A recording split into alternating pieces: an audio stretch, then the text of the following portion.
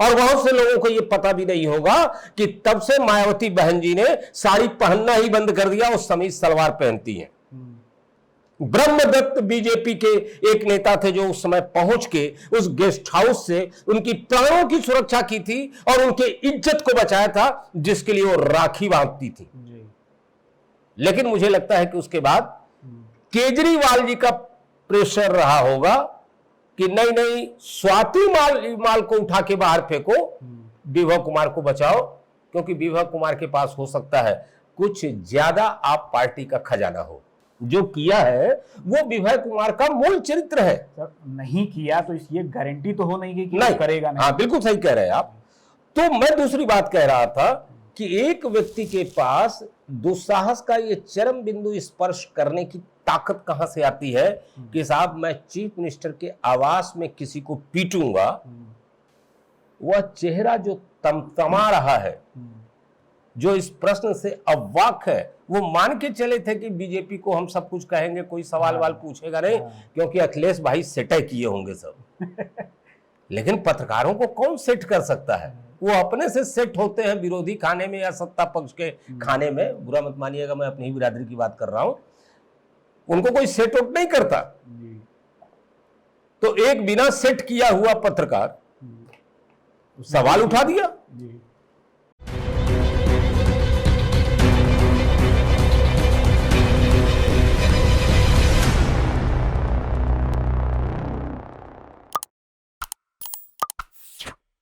जय Hind, Vande Mataram. Expose times में आप सभी दर्शकों का स्वागत है। मैं हूं मनीष श्रीवास्तव। आज हम बात कर रहे हैं स्वाति मालीवाल के घटना पे। स्वाति मालीवाल के साथ जो कुछ भी सीएम आवास यानी अरविंद केजरीवाल के आवास में हुआ है, वो एक बहुत बड़ा मुद्दा बन चुका है भारत की राजनीति में।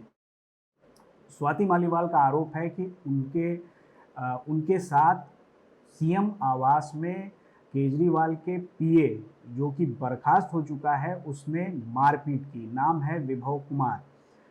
इसने बड़े ही बर्बर तरीके से उनकी पिटाई की है और ये मामला राष्ट्रीय राजनीति का एक बहुत बड़ा मुद्दा बन चुका है।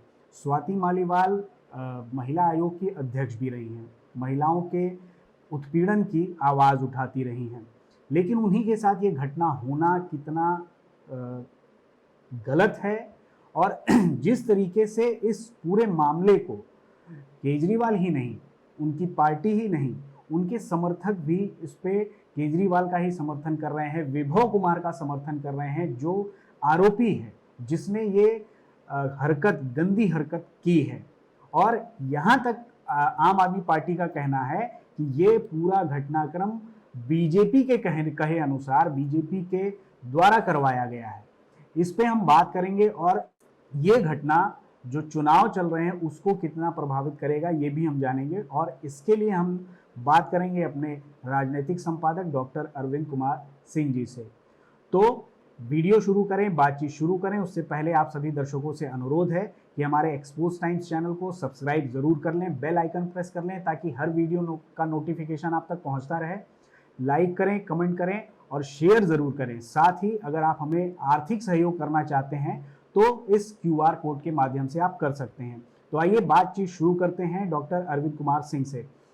सर बहुत बहुत स्वागत है एक्सपोज टाइम्स। नमस्कार मुनीष जी और नमस्कार सुधी श्रोताओं को भी। सर अभी जो घटना हुई है अरविंद केजरीवाल के सीएम आवास में स्वाति मालीवाल के साथ, इसको आप कैसे देखते हैं और इसका आम आदमी पार्टी पे और जो चुनाव चल रहा है उस पर क्या प्रभाव जाएगा? मुनीष जी, इसके पहले कि मैं अपनी बातचीत शुरू करूं, एक सवाल आपसे ही पूछ के इस पे मैं अपनी बात रखना पसंद करूंगा। और ये सवाल जो मैं मुनीष जी से पूछ रहा हूं, सुधी श्रोताओं, मैं आपसे भी पूछ रहा हूं, क्या किसी राजनेता को देश के अंदर कानून से डर लगता है क्या? और इसका मतलब यह है कि अगर किसी राजनेता को देश के कानून से डर ही नहीं लगता, कानून उसके लिए सिर्फ खिलौना है, तो क्या ऐसे व्यक्ति के हाथ के अंदर देश की सुरक्षा, देश का विकास कहीं सुरक्षित है? बिल्कुल नहीं है।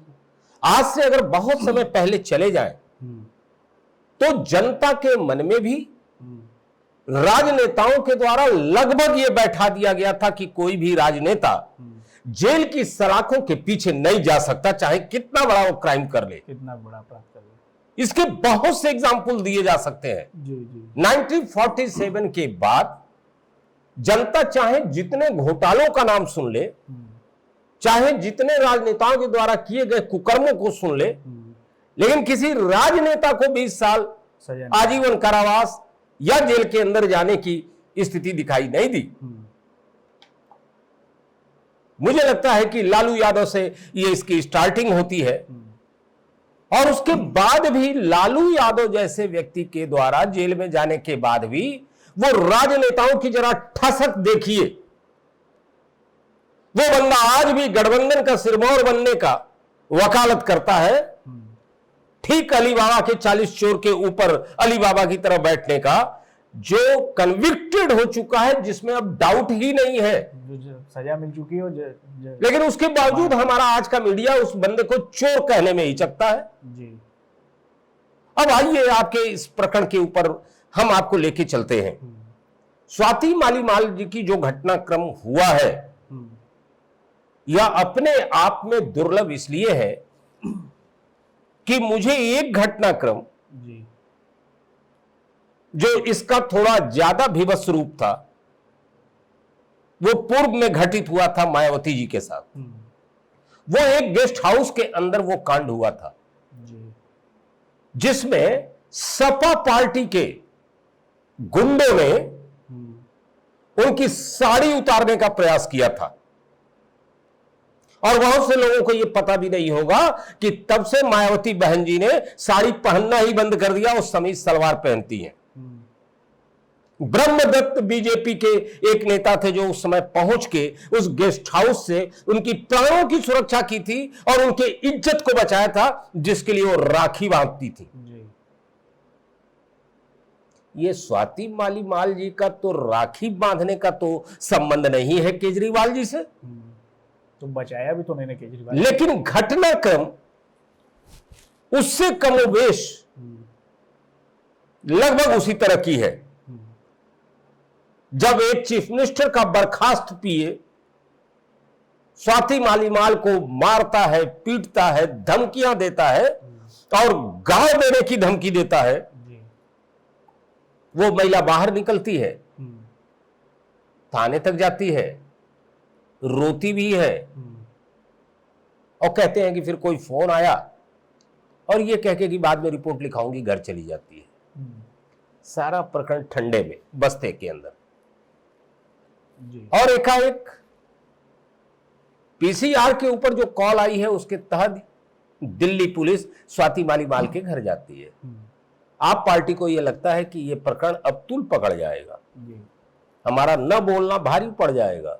क्यों साहब, 25 तारीख को इलेक्शन है दिल्ली के अंदर, इलेक्शन ना होता तो ये कभी ना बोलते। संजय सिंह का आना और पूरे घटनाक्रम को विनम्रता से स्वीकार, ये सब टैक्टिस है, राजनीति है, इसको आप समझ लीजिए। अगर कोई पॉलिटिकल पार्टी बड़ी सफाई से हाँ ये गलती हुई, मतलब उस समय तक वो विभव कुमार को साइडलाइन कर रहे थे, और मैं जहां तक अगर गलत नहीं हूं, लगभग आप पार्टी ने ये तय कर रखा था कि इस प्रकरण में चूंकि नुकसान ज्यादा हो जाएगा आप पार्टी का, इसलिए विभव कुमार को बाहर फेंक दो जी।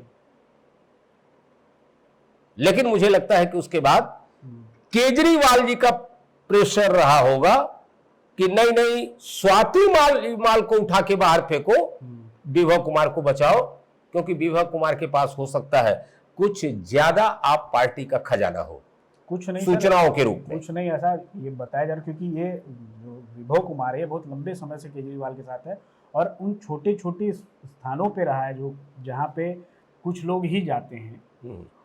तो ऐसा ये 100% माना जा सकता है कि ऐसे राज है जिसकी वजह से विभव कुमार को बचाना इनकी मजबूरी है। बिल्कुल बिल्कुल। और यहां पे अब मैं दो बातों की चर्चा करना चाहूंगा। उस मानसिकता पे शोध किया जाना चाहिए विभव कुमार के कि इतना दुस्साहस और इतनी हिम्मत तुम लाते कहां से हो कि यह जानते हुए भी कि चीफ मिनिस्टर का घर है और तुम मारपीट की घटनाक्रम को अंजाम देते हो। एक चीज सर इसमें मैं जोड़ूंगा, जैसे इस विभव कुमार के जो ये घटना हुई है कि उसने मारपीट की है, इसके बाद एक मीडिया पे, सोशल मीडिया पे एक ट्रेंड चल रहा है उनके विभव कुमार का जो पिता है, उन्होंने भी ये बयान दिया है कि विभव कुमार ने कभी ऐसा हरकत नहीं की, कभी किसी के साथ नहीं मारपीट की। तो क्या ये जस्टिफाई हो जाता है कि कभी नहीं की तो अब नहीं करेगा? नहीं नहीं नहीं नहीं नहीं, ऐसा तो कोई चरित्र होता नहीं है। ये तो सोचे समझे प्लानिंग है भाई। जो चीज नहीं, इसका भी क्राइटेरिया आपका क्या है मुनीष जी? क्राइटेरिया यही है ना कि पता हो गया तो किया था, हाँ, और पता नहीं किया था तो नहीं किया था। लेकिन मूल चरित्र तो वही है जो उसने किया था। जो किया है वो विभव कुमार का मूल चरित्र है। सर नहीं किया तो ये गारंटी तो हो नहीं कि नहीं करेगा नहीं। हाँ बिल्कुल सही कह रहे हैं आप। तो मैं दूसरी बात कह रहा था कि एक व्यक्ति के पास दुस्साहस का ये चरम बिंदु स्पर्श करने की ताकत कहां से आती है कि साहब मैं चीफ मिनिस्टर के आवास में किसी को पीटूंगा और मेरा बाल बाका तक नहीं होगा। तो जाहिर सी बात है कि वो सिर्फ अपने चरित्र के बारे में जानकारी नहीं दे रहा है, वह अपने उस आका के चरित्र के बारे में भी जानकारी दे रहा है कि वो भी उसी मानसिकता का है, वो मुझे बचाएगा। अब इसका जरा सा क्लाइमेक्स देखिए। जब लखनऊ में प्रेस कॉन्फ्रेंस होती है, और यहां एक बड़ी दिलचस्प बात बता दूं, ये वही केजरीवाल है जो दिल्ली में राहुल गांधी के साथ कैंपेनिंग नहीं करते हैं। दिल्ली में गठबंधन है, वहां साझा ये मंच पे खड़े नहीं होते राहुल गांधी के साथ। और जहां गठबंधन नहीं है यूपी में, वहां केजरीवाल जी पहुंच जाते हैं कहां? अखिलेश यादव जी के साथ साझा प्रेस कॉन्फ्रेंस करने के लिए। अब उस प्रेस कॉन्फ्रेंस की भी दिलचस्प स्थिति को देखिए। जब एक बंदे ने सवाल पूछ ही दिया स्वाति मालीवाल का, वह चेहरा जो तमतमा रहा है, जो इस प्रश्न से अवाक है, वो मान के चले थे कि बीजेपी को हम सब कुछ कहेंगे, कोई सवाल वाल पूछेगा नहीं, क्योंकि अखिलेश भाई सेट किए होंगे सब। लेकिन पत्रकारों को कौन सेट कर सकता है? वो अपने से सेट होते हैं विरोधी खाने में या सत्ता पक्ष के खाने में। बुरा मत मानिएगा, मैं अपनी ही बिरादरी की बात कर रहा हूं। उनको कोई सेट आउट नहीं करता। तो एक बिना सेट किया हुआ पत्रकार सवाल उठा दिया। अरविंद जी, स्वाति मालीवाल के मामले में अभी तक आप कुछ बोले नहीं है। आपकी ओर से आपके साथ में स्वाति मालीवाल के मामले में अभी तक, अरे उससे ज्यादा जरूरी और चीजें भी हैं, कागज हम निकाल लिए। अरविंद जी, आज आपके साथ में वो है, आज आपके साथ में भी आए। भाजपाई किसी के सगे नहीं है। क्या बोलेंगे स्वाति मालीवाल के मामले में, क्या बोलेंगे आप? ये है कि भाजपाई किसी के सगे नहीं है, और भाजपाई झूठे मुकदमे लगाने वाला गैंग है। हाँ बोलो। हाँ मैं बोल रहा हूँ, एक सेकंड बोल रहा हूँ। अब ये बोलना नहीं चाहते हैं, क्यों? माइक किनारे कर दिया उन्होंने। अरे उसकी वजह है, जगजीत सिंह की एक गजल है बड़ी प्यारी, बात निकलेगी तो दूर तलक जाएगी, बेवजह लोग उदासी का सबब पूछेंगे, कंज कसेंगे, उंगलियां उठेगी, बात निकलेगी तो बहुत दूर तक जाएगी। इससे बढ़िया बोलो ही मत। तो बोलो ही मत। लेकिन ये रणनीति राजनीति में बहुत पुरानी है। श्रीमती इंदिरा गांधी की टैक्टिस थी कि जिसको राजनीति से आउट करना है उसका नाम लेना बंद कर दो। लेकिन केजरीवाल जी एक सीढ़ी और आगे है। केजरीवाल जी, आपने अध्ययन किया होगा, सुधी श्रोताओं, आप बहुत बुद्धिजीवी हैं, गंभीरता से बातों को समझते हैं। मैं जो कहूंगा अब आपका ध्यान जाएगा। इनकी 2-3 टैक्टिस है आप पार्टी की, वो मैं आपको बता रहा हूं, आप समझ लो, फिर इनका कार्य व्यापार आपको समझ में आने लगेगा। बाकायदा इनके जो भी प्रवक्ता हैं जो टीवी पे आते हैं, उनकी पहली ट्रेनिंग है मुस्कुरा के बोलो। अब आप मुस्कुराहट आतिशी की देखिए, आप मुस्कुराहट सौरभ भारद्वाज की देखिए, आप मुस्कुराहट राघव चड्ढा को देखिए। लेकिन हाय रे राजनीति, इतनी हथौड़े मार दिया कि अब इनके चेहरे से मुस्कुराहटें गायब है। अब ये मुस्कुरा के स्वाति माल वाली घटनाक्रम का विवरण नहीं दे पा रहे।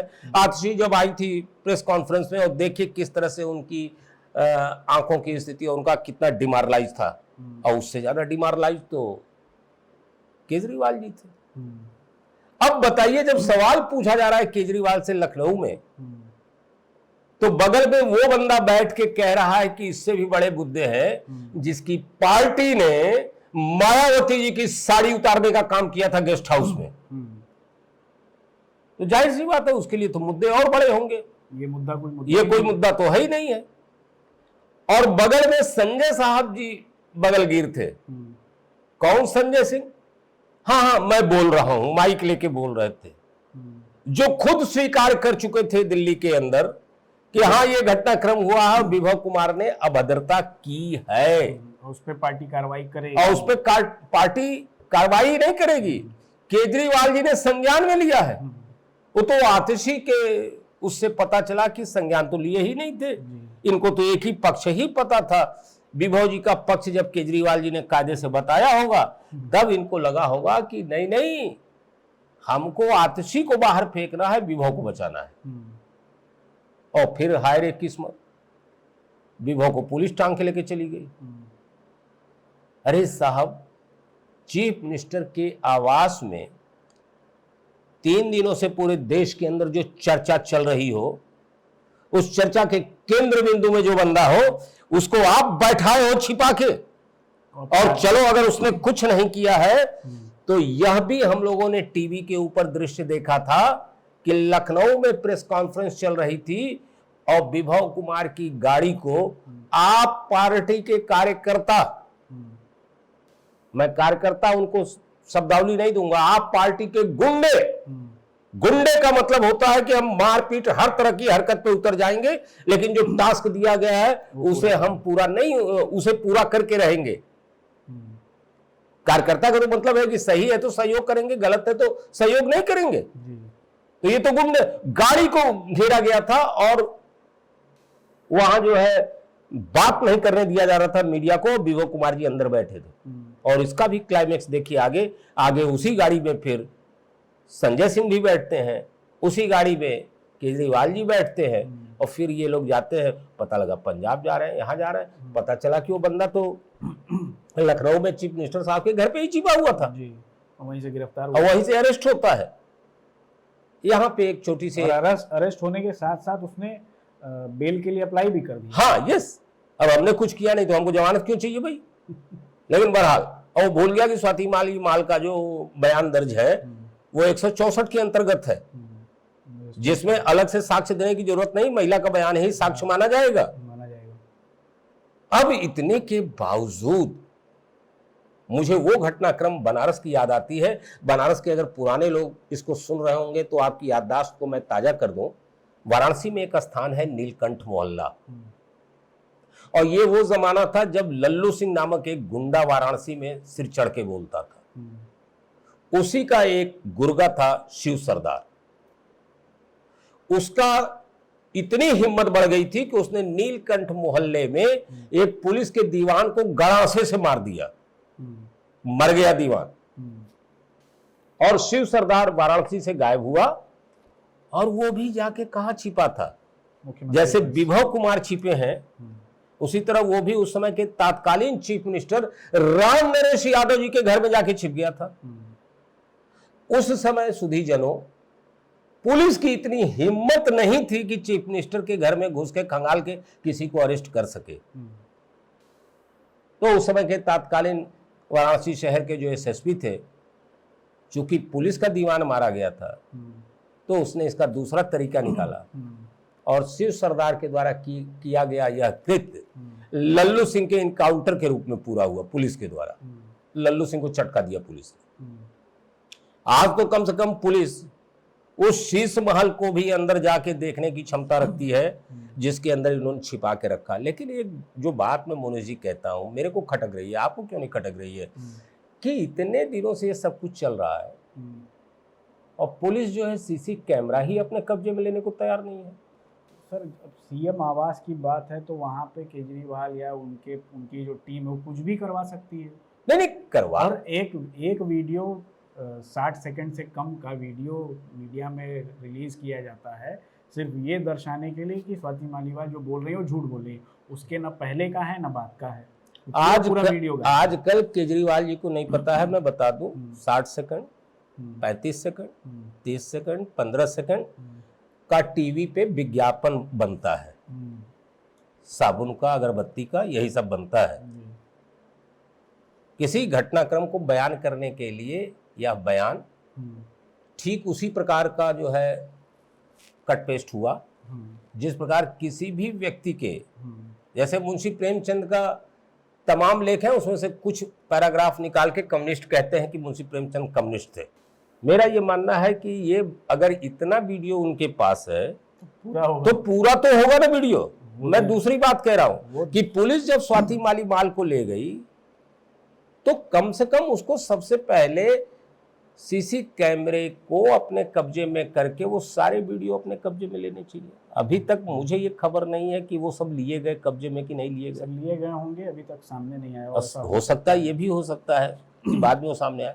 लेकिन किसी भी घटनाक्रम का उसी वक्त पुलिस को संज्ञान में लेना चाहिए था जाके चीफ मिनिस्टर आवास में कि साहब उसके एंट्रेंस का, बाकी का सारा वीडियो फुटेज तुरंत चाहिए, बाकी कार्रवाई तो बाद में होती रहेगी, क्योंकि वो एविडेंस है। यानी मैं दूसरे शब्दों में कहूं कि पुलिस खुद समय दे रही है कि आप एविडेंस को जो है खत्म कर दीजिए, डिस्ट्रॉय कर दीजिए। ऐसा आरोप भी लगा है विभो कुमार पे कि हाँ बिल्कुल। कोशिश और एक चीज और, ये प्रकरण एकाएक, देखिए एक तरीका है कि मैं जो बता रहा था अभी केजरीवाल जी का, फिर उसी पे वापस आता हूं। एक तो मुस्कुरा के बात को प्रेस कॉन्फ्रेंस में कहने का, वो मुस्कुराहट अब गायब हो चुकी है, इतने ज्यादा हो गए हैं कि जो लग रहा है कि जनता को बेवकूफ नहीं बनाया जा सकता। दूसरा इनका टैक्टिस ये है कि जो सवाल पूछा जाएगा उसका जवाब ही नहीं देंगे। पूछा जाएगा दिल्ली में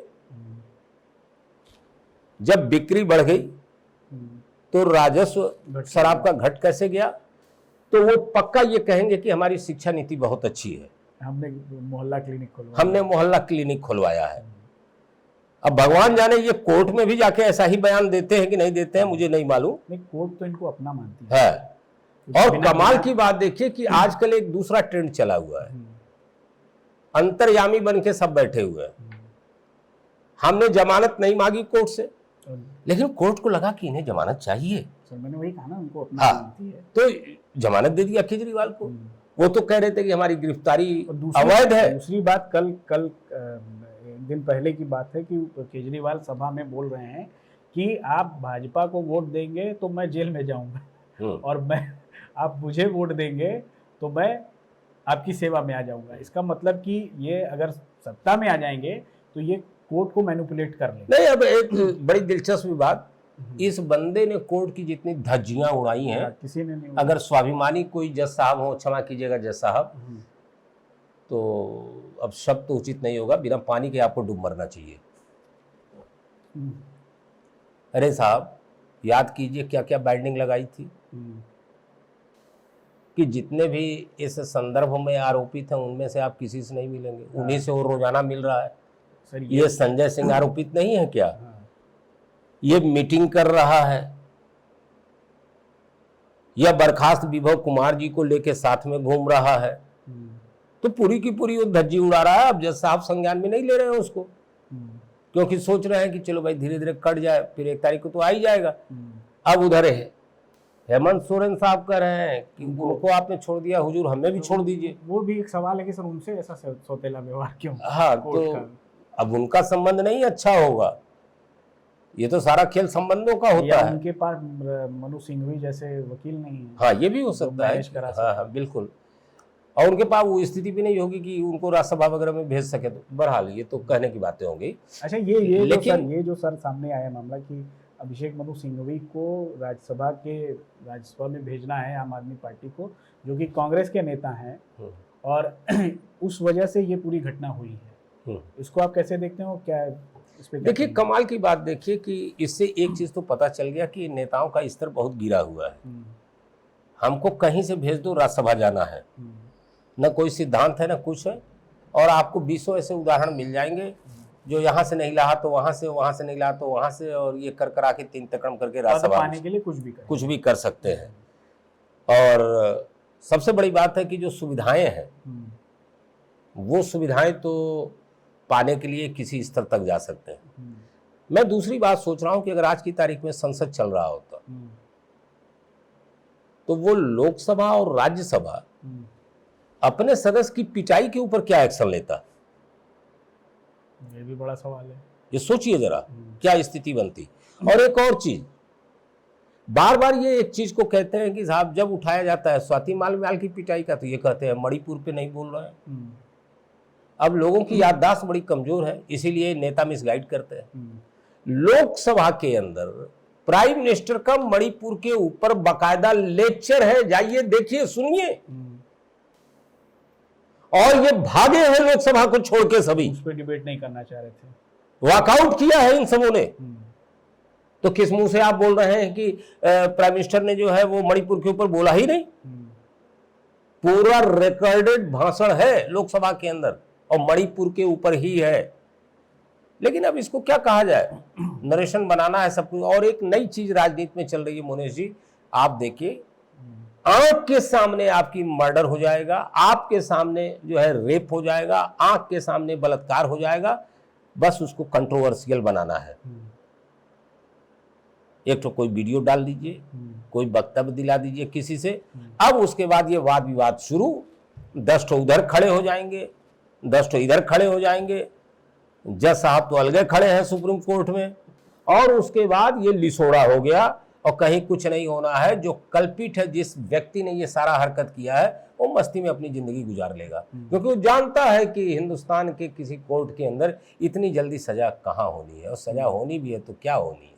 सही बात है सर। अगर ऐसा ना होता तो कन्हैया कुमार को कोई चढ़ के थप्पड़ मारता, वो जान रहा है थप्पड़ मारने में उस समय तात्कालिक थोड़ी पिटाई उटाई हो जाए वही सजा है, वो तो उसको पता था कि ये होना है। लेकिन जज साहब क्या कर लेंगे भाई, एक थप्पड़ मारने का क्या, वापी आईपीसी का पन्ना होना पलट के देख लीजिए। जो व्यक्ति भारत तेरे टुकड़े होंगे, अफजल जैसे आतंकवादी के, मेरा इशारा वही है मुनीश जी। मैं सिर्फ इतना कह रहा हूं कि मन के अंदर डर नहीं है जी। आम पब्लिक थोड़ा डरती भी हो, ये राजनेता तो अपना जन्मसिद्ध अधिकार मान लिए हैं कि हम रेप से लेके कुछ, अरे तंदूर में पूरी लाश जला देने के घटनाक्रम है साहब, क्या मुंह खोलवाते हैं साहब ऐसी ऐसी इन राजनीतिज्ञों के। और किसी भी पार्टी का मैं बताऊंगा तो सबकी परतें खुल जाएंगी, दूध का धुला कोई नहीं है, बस खाली 19-20 का फर्क है। तो ये सारी चीजें बहुत घृणित है। और जल्द से हमको एक चीज समझ में नहीं आ रहा है कि राजनीति कितनी गिरी हुई चीज है कि अगर ये इलेक्शन का टाइम ना होता तो मुनीश जी आपको क्या लगता है एलजी अभी तक जो है केजरीवाल को पद पे बैठे रहने दिया होता, कब का बर्खास्त कर दिया होगा। वो तो लग रहा है कि भाई इलेक्शन में नुकसान ना हो जाए दिल्ली के सीटों का, तो अभी अपने से बर्खास्त नहीं करना है केजरीवाल जी को। ये अपने से बर्बाद जितना हो जाए बात अलग है, लेकिन हमें ऐसा कोई गलत स्टेप नहीं उठाना है। वो तो भला हो विभव कुमार का कि जिन्होंने स्वाति मालीवाल को मार के बीजेपी का काम हल्का कर दिया। एक चीज और सर, इसमें जैसे जब ये घटना सामने आई है तब से बीजेपी पे आरोप लग रहा, मतलब एक बचकानी बात है कि ये घटना बीजेपी ने करवाई है, इस पे आपका क्या कहना है? देखिए बड़ी कमाल सी बात है कि वो फिर एक छोटा बच्चा जो होता है ना, जब वो अपने बड़ों से निपट नहीं पाता है तो दो ही काम करता है। आपको पता है बचपन में हम लोगों ने गांव में देखा था, या तो दूर जाके बहनिया मतरिया गरियाएगा कि आप पकड़ तो सकते नहीं, वो भाग जाएगा, और दूसरा वो ढेला मार के भागेगा। तो यह ढेला मारने की प्रक्रिया है केजरीवाल की तरफ से कि स्वाति माल नहीं, वो केजरीवाल के लिए बीजेपी मैटर है। विभव कुमार अरेस्ट हुआ ये मैटर नहीं है, बीजेपी ने प्लांट कर दिया है स्वाति मालीवाल को। अब जाहिर सी बात है कि स्वाति मालीवाल केजरीवाल की लिस्ट में नहीं है, हिटमैन की लिस्ट में है, जैसा कि स्वाति मालीवाल कह रही। और जिन लोगों की याददाश्त कमजोर है थोड़ा सा उनको मैं बता दूं, ये पहली पॉलिटिकल पार्टी है जिसने बाउंसरों को नियुक्त किया अपने यहां। आज तक हिंदुस्तान के इतिहास में हमने नहीं सुना कि किसी पॉलिटिकल पार्टी ने अगर अपना कोई मीटिंग उटिंग कराया हो तो बाउंसर दरवाजे पे खड़े किए गए। तो लोग समझते थे कि अरे साहब फिर तो बाउंसर का क्या मतलब हुआ, तो नहीं, बाउंसर का क्या मतलब हुआ ये योगेंद्र यादव से पूछिए। योगेंद्र यादव भी पिटा चुके हैं। हाँ, ये तो चरित्र है इस पार्टी का। एक चीज और सर लास्ट में, जैसे अभी एक परिवर्तन तो देखने में आया है। एक जो इंडी गठबंधन है और एक तरफ एनडीए है, या जिसको हम बीजेपी कहें। बीजेपी में सबकी बात तो नहीं की जा सकती, लेकिन जो अभी सत्ता में है, या अगर हम नरेंद्र मोदी की बात करें, स्टेट में योगी जी की बात करें, इन लोगों के आने के बाद राजनीति में एक सार्थक और पॉजिटिव परिवर्तन दिख रहा है कि एक आता है कि मुझे सत्ता से प्रेम नहीं है, मुझे जनता के लिए करना है, और उसने करके दिखाया। चाहे वो मोदी जी हों या योगी जी हों, ये भी कहते हैं भाई मैं सन्यासी हूँ, मुझे सत्ता से प्रेम नहीं है। लेकिन आपने लंबे समय से राजनीति भी देखी है, आप जुड़े भी रहे हैं, तो ये परिवर्तन आप देख रहे हैं और ये सार्थक आपको लग रहा है, या ये समय की मांग है? इसको आप कैसे देख रहे हैं? देखिए, ऐसा है कि हम सभी लोगों को याद है कि बहुत पहले अगर आप जाके देखें तो राजनीति का स्वरूप बहुत गंदा था। नहीं, एक चीज़ और सर, एक मतलब हम लोग होश संभाले हैं तब से एक रहा है कि राजनीति सबसे गंदी चीज़ है, राजनीति में जो आता है वो गंदा ही होता है। तो अभी वर्तमान में ये देखने को मैंने ये अनुभव किया है कि राजनीति में अब वो परिवर्तन आया है कि अब अच्छे लोग भी प्रवेश कर रहे हैं। इसका एक बड़ा उदाहरण नरेंद्र मोदी हैं, इसमें कोई दो राय नहीं है। तो इसको आप कैसे दे दें, जो आप मैं उसी से बात शुरू कर रहा था मुनीश, और जाता भी उसी दिशा में कि पहली चीज़ तो ये कि राजनीति शुरू से गंदी थी, गंदी आज भी है, लेकिन इस पूरे राजनीति को एक नई दशा और दिशा देने का कार्य नरेंद्र मोदी ने किया। आप पूछेंगे वो कैसे? मुझे याद है कि किसी जमाने में किसी इलाके के गुंडे बदमाश का दबंग होना ही चुनाव जीतने के लिए पर्याप्त होता था। वो गारंटी होती थी। और विकास तो छोड़ दीजिए, वो क्या तो विकास होगा, भगवानी मालिक है। यूपी में तो एक पूरी पार्टी यानी समाजवादी पार्टी उसी बेस पे चुनाव जीतती थी। यस, बिल्कुल।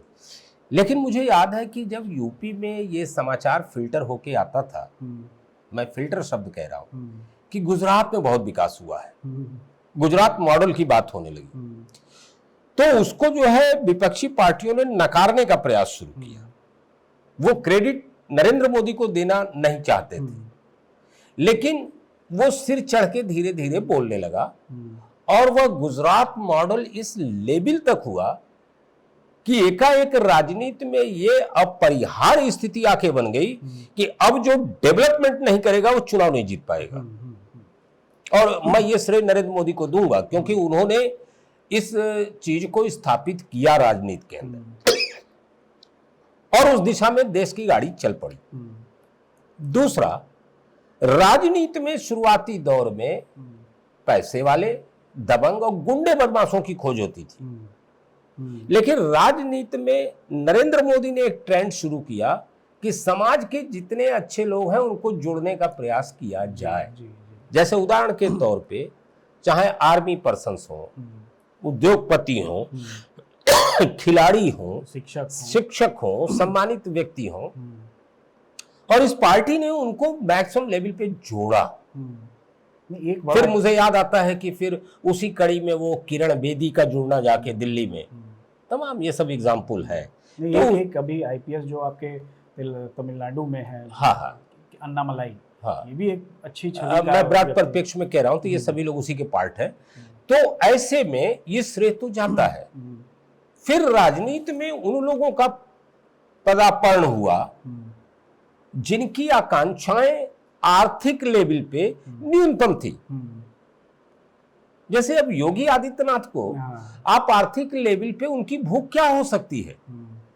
अगर भूख ही होती तो सन्यास का ट्रैक क्यों पकड़ते? नाथ संप्रदाय का वो बंदा सन्यासी होके गोरक्षपीठ का स्वामी था, जिंदगी आराम से गुजर सकती थी। लेकिन नहीं, हमें देश के लिए कुछ करना है, वो आया और फिर उसने एक एग्जाम्पल सेट कर दिया। एग्जाम्पल क्यों सेट कर पाया? सांसारिक व्यक्ति के लिए, पारिवारिक व्यक्ति के लिए जो चीज अवरोध है, वह चीज उस आदमी के लिए अवरोध नहीं है। यानी दूसरे शब्दों में मैं कह रहा हूं कि पारिवारिक व्यक्ति के लिए सबसे बड़ा अवरोध उसका अपना खुद का डर है। चाहे उसके परिवार के नाम पे उसको डर के लिए ब्लैकमेल किया जाए, सामाजिक प्रतिष्ठा के लिए किया जाए, इन सब चीजों से वो बंदा बरी है। परिवार है ही नहीं है, धमकाओगे क्या? पैसा इकट्ठा किसके लिए करूंगा, परिवार है ही नहीं है। एक चीज और भी है, तो ऐसे में एक चीज जोड़ना चाह रहा था इसमें, ये भी है कि सन्यासी बहुत सारे लोग हैं, लेकिन वो भी भोग विलासिता के तमाम संसाधन जुटाते हैं, लेकिन यहाँ योगी जी उससे दूर हैं। नहीं, इसमें एक बड़ी बारीक रेखा है, दो चीज एक साथ हम नहीं कह सकते। सन्यासी है तो वो इनसे साक्षी भाव पे होगा, निर्लिप्त होगा। भोग विलास से है तो सन्यासी तो कहलाएगा ही नहीं। वो ठीक है, आप जो कह रहे हैं उसने आवरण ओढ़ रखा है सन्यासी का, लेकिन रियली वो है नहीं। भाई हम एक बात कहेंगे मुनेश जी, आप राजनीति को कवर कर रहे हैं, जरा खंगालिएगा 1947 से लेके आज तक किसी एक बंदे को खोज के लाइए जिसने भरी सभा के अंदर कहा हो कि अगर गुंडागर्दी करोगे तो मिट्टी में मिला दूंगा। जी, ये कहने वाले तो अकेले योगी। नहीं, खोज के लाइए जरा। नहीं है, कोई नहीं है। और इसे एक शिक्षक के रूप में मैं आपसे कह रहा हूं कि जरा खंगालिए, कौन कह सकता है जो डर भय की सीमा से बाहर होगा, लाग लपेट से बाहर होगा, पाने और खोने की सीमा से बाहर होगा, ऐसा ही व्यक्ति ललकार सकता है। और ऐसा व्यक्ति जब ललकारेगा तो ललकारेगा नहीं, घटनाक्रम हो जाएगा जैसा कि हो गया। तो यह बहुत बड़ा फर्क है। और अब राजनीति में इतनी बड़ी लकीर नरेंद्र मोदी ने या योगी आदित्यनाथ ने, या अगर ये प्रतीकात्मक रूप है तो इस तरह के प्रतीकों ने खींच दिया है कि इसको क्रॉस करने के लिए इससे ज्यादा डेवलपमेंट करना पड़ेगा, एक चीज और इससे ज्यादा अपने चरित्र को ले जाके ऊपर उठाना पड़ेगा। साहब, हम अपने जो है चीफ मिनिस्टर आवास में हम किसी को पिटवाते रहेंगे और जनता के बीच हम कहेंगे हम मुफ्त बिजली दे रहे हैं, फलाने मुफ्त कर रहे हैं, हमें आप मसीहा समझिए, क्षमा कीजिएगा, जनता को बेवकूफ मत समझिए। एक चीज ये भी है सर, एक ऐसी खाई खींची गई है जिसमें एक तरफ सही और एक तरफ गलत अब जनता को दिखाई दे रहा है। ये तो आप मानते हैं, इंडी गठबंधन में हर वो व्यक्ति घुस गया है जो एक दूसरे की टांग खींचता था, विरोध करता था। मैं थोड़ा इसे दूसरे रूप में देता हूं। और असल में सबसे बड़ी बात ये थी कि राजनीति में कथनी और करने की साम्यता कभी नहीं रही है। और कहने वाले तो यहां तक कहते हैं कि जिसके पास ये जितना हो, यानी कि जो कहे वो न करे, उतना बड़ा नेता हो जाए, उतना बड़ा वो नेता कहलाएगा। अभी कहे और 2 सेकंड में मुकर जाए, यही सब हो रहा है। स्वाति मालीमाल में संजय सिंह आते हैं और स्वीकार भी कर जाते हैं और 5 मिनट बाद पलटी मार जाती है। कोई पार्टी की पार्टी। अब उसके बाद से संजय भाई का कोई बयान नहीं आ रहा है क्योंकि वो बहन जी आके बोल गई हैं प्रेस कॉन्फ्रेंस में। बहन जी के चेहरे की मुस्कुराहट तो गायब थी, लेकिन समझा के गए कि मीडिया भाइयों आप वही समझिए जो मैं समझा रही हूँ। तो कहने का मतलब यह है कि उस कथनी और करनी में जो दूरी थी, उस दूरी को कम करने का प्रयास नरेंद्र मोदी और योगी आदित्यनाथ ने किया है, और इसी को वो अपनी गारंटी बोल रहा है। एक चीज और भी है सर कि जो संजय सिंह ने बयान दिया है, इसके बाद तो केजरीवाल की मुश्किल भी बढ़ गई है। हाँ, जाहिर सी बात है, ऐसे नेता अगर रहें तो पार्टी का बंटाधार होने में बहुत टाइम नहीं लगेगा। जिसको कि एक नेता कहता है कि हाँ मेरी बातचीत हो गई है, चीफ मिनिस्टर साहब ने संज्ञान ले लिया है, विभव कुमार जी को बस देखते रहिए, न्याय मिल जाएगा स्वाति माल जी आपको। और तब तक दूसरी नेता आती है, वो कहती है कि उनको पूरी बात ये नहीं पता थी, वो तो आधे सुने थे, पूरा तो आधे पे बोल दिए। अब संजय सिंह को तो अपना कैरेक्टर पहले जनता के बीच बनाना पड़ेगा कि भाई आप आधे अधूरे वाले हैं कि आप पूरे वाले हैं। नहीं, ये किस आप में है पहले ये बताएं। हाँ, मतलब ये तो आतिशी तो अलग जो है कैरेक्टर खड़ा करके चली गई आप पार्टी का। केजरीवाल जी तो मान लीजिए अलग है, पीड़ित को ही आरोपी बता रहे हैं और यहाँ इन्होंने आरोप कबूल भी कर लिया है। देखिए ऐसा है कि केजरीवाल जी की वो स्थिति है जो कभी कहना नहीं चाहिए। आप कहेंगे इतने बड़े व्यक्ति से आप तुलना कर रहे हैं, जो कालिदास की थी। कालिदास वाला किस्सा पता है कि नहीं आपको? हाँ, जिस पेड़ पर बैठे थे डाल काट रहे थे। वो तो बात की घटनाक्रम है ना। विद्योत्मा नामक एक राजकुमारी थी, अब सुना ही देते हैं, श्रोता भी सुन ले तो उनको आनंद आएगा। विद्योत्मा ने थोड़ा ज्ञान में, अध्ययन में बहुत प्रखर थी वो। तो उस जमाने में शास्त्रार्थ हुआ करता था और कोई ब्राह्मण टिक नहीं पाता था, तो बेइज्जत होके जाता था वो विद्योत्मा के दरबार से। तो ब्राह्मणों को बड़ा कष्ट हुआ तो उन्होंने कहा कि इस लड़की की शादी एक नंबर के मूर्ख से हम कराएंगे। तो हुआ कि यार तो पहले तो ये खोजा जाए कि टॉप क्लास का मूर्ख कहां मिलेगा। तो देखा ब्राह्मणों ने कि एक व्यक्ति जिस डाल पे बैठा उसी को काट रहा है। तो उनको ऐसा लगा कि इस व्यक्ति से मूर्ख व्यक्ति नहीं मिलेगा, जो जिस डाल पे बैठा उसी को काट रहा है। तो विद्योत्मा के पास संदेश भिजवाया गया कि एक बहुत बड़े विद्वान आपसे शास्त्रार्थ करना चाहते हैं, लेकिन दिक्कत है कि इसमें मौन में चल रहा है। तो शास्त्रार्थ तो हो जाएगा, लेकिन बात इशारों में हो जाएगी। और फिर उसके बाद का घटनाक्रम जिसको नहीं पता है बता दें कि विद्योत्मा ने शुरुआती दौर में एक उंगली उठाई, तो इधर से कालिदास जी को, जिनको विद्वान बना के ले गए थे, उनको लगा कि यह जो है उंगली उठा रही है, एक मेरा कुछ असिस्ट करेगी, नुकसान करेगी। तो कालिदास जी ने दिखाया पंजा पूरा। तो विद्योत्मा ने पूछा कि विद्वान क्या कहना चाहते हैं? तो ब्राह्मणों ने कहा कि आप ये कह रहे हैं कि ईश्वर एक है, लेकिन वो ये कह रहे हैं कि पंच तत्वों से मिलने के बाद ईश्वर एक होता है। क्षितिजल पावक गगन समीरा, पंच तत्व या अधम शरीरा। तो हमारा शरीर तो पांच तत्वों से मिला है। तो फिर जो है विद्योत्मा ने जो है कहा कि वो दो उंगली उठाई, यानी कि आत्मा और परमात्मा की बात करें तो उनको लगा कि मेरी दोनों आंख फोड़ना चाहती है। तो उन्होंने ये दिखाया, कहा आत्मा परमात्मा तो एक है, लेकिन वो सबके मिल जाने के बाद फिर वो बात कंप्लीट हो गई। और उसके बाद फिर कालिदास की शादी हो गई।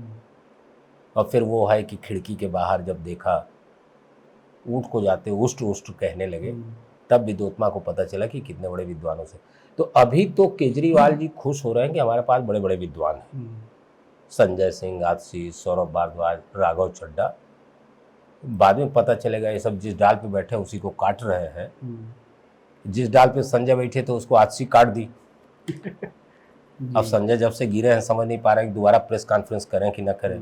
तब से गायब भी है। तब से गायब भी हैं। राघव चड्ढा भाई साहब कब से गायब थे, फिर हाजिर हुए। तब तक केजरीवाल ने कहा कि अब इसकी डाल काट देनी है, काफी देनी बैठ लिया। तो कल उन्होंने प्रेस कॉन्फ्रेंस करके कहा कि मोदी जी आपको गिरफ्तार करना, तो हम सभी आ रहे हैं। अब भाई राघव चड्ढा भी आ गए हैं, इनको भी लेके आ रहे हैं, आप सभी को अरेस्ट कर लीजिए। सब एक दूसरे को जेल भेजवाएंगे, सब एक लाइन से। विभव कुमार को तो भिजवाई दिए सब, बर्खास्त पीए को जो है। केजरीवाल खुद जेल में है। और अभी भी केजरीवाल कुछ जो बाहर है उनको जब तक जेल नहीं भिजवा लेंगे तब तक इनकी राजनीतिक महत्वाकांक्षा पूरी नहीं होगी। बाकी जो समझदार थे, कुमार विश्वास, बाकी टाइप, वो लोग किनारे हो गए, वो किनारे कट लिए। बनारसी भाषा में वो सब कट लिए, वो सेफ है सब। तो केजरीवाल ने एक बार कहा भी था कि भाई जो भ्रष्टाचार करेगा वो जेल जाएगा। हाँ बिल्कुल, जाहिर से बताओ, खुद जा रहा है वो जैसा उसने। देखिए ऐसा है कि कानून को निगाह में सभी बराबर होना चाहिए। और मेरा ये मानना है कि बहुत डेड ऑनेस्ट लोगों को इन जगहों पे होना चाहिए, जैसे कोर्ट हुआ, सुप्रीम कोर्ट हुआ। लेकिन दिक्कत ये है कि इंसानों की ही बस्ती से तो निकल के इन जगहों पे लोग जाएंगे, और मानवीय दुर्गुण जो है उससे कोई कब तक बचाएगा। कोई कितना भी कह दे मैं निष्पक्ष हूँ, आप मेरे ही लिए कहिए। अब मैं सीधा बता ही देता हूँ, बाकी क्या मुझसे आप पूछेंगे तो मैं कहूँगा कि जो राष्ट्र के प्रति समर्पित है उसके लिए मैं हूँ। तो उसी अब इसको जिस खाने में आपको ले जाना है ले जाइए। सर मेरा ये मैं तो दावे से कह रहा हूँ कि कल को कांग्रेस पार्टी अगर ईमानदारी से राष्ट्र के लिए कार्य करना लगा, हम उसके साथ खड़े हो जाएंगे। क्यों? क्योंकि हमारी परवरिश जो है वो ऐसे ही फौजी परिवार में हुई है, हम लोगों ने वही जीवन में देखा। तो हम न तो निगेटिव बात बोलेंगे और ना ही हम राष्ट्र विरोधी बातें करेंगे।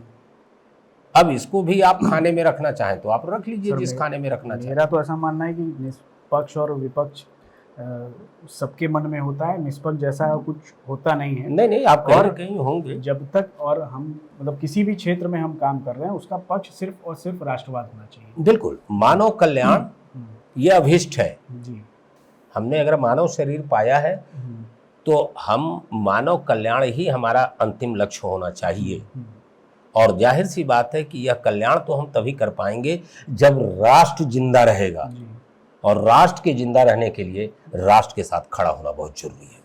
चलिए सर, इस चर्चा को यहीं विराम देते हैं। आपका बहुत बहुत धन्यवाद।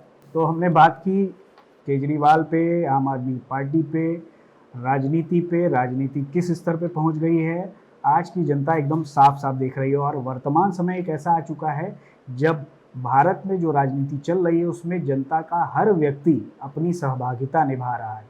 वो ये देख रहा है कि कहाँ सही है और कहाँ गलत है, और ये लगातार अगर चलता रहे तो भारत की राजनीति के लिए और भारत के उत्थान के लिए बहुत ही बेहतर होगा। तो इस वीडियो में बस इतना ही, मिलते हैं अगले वीडियो में, तब तक के लिए धन्यवाद, नमस्कार, जय हिंद।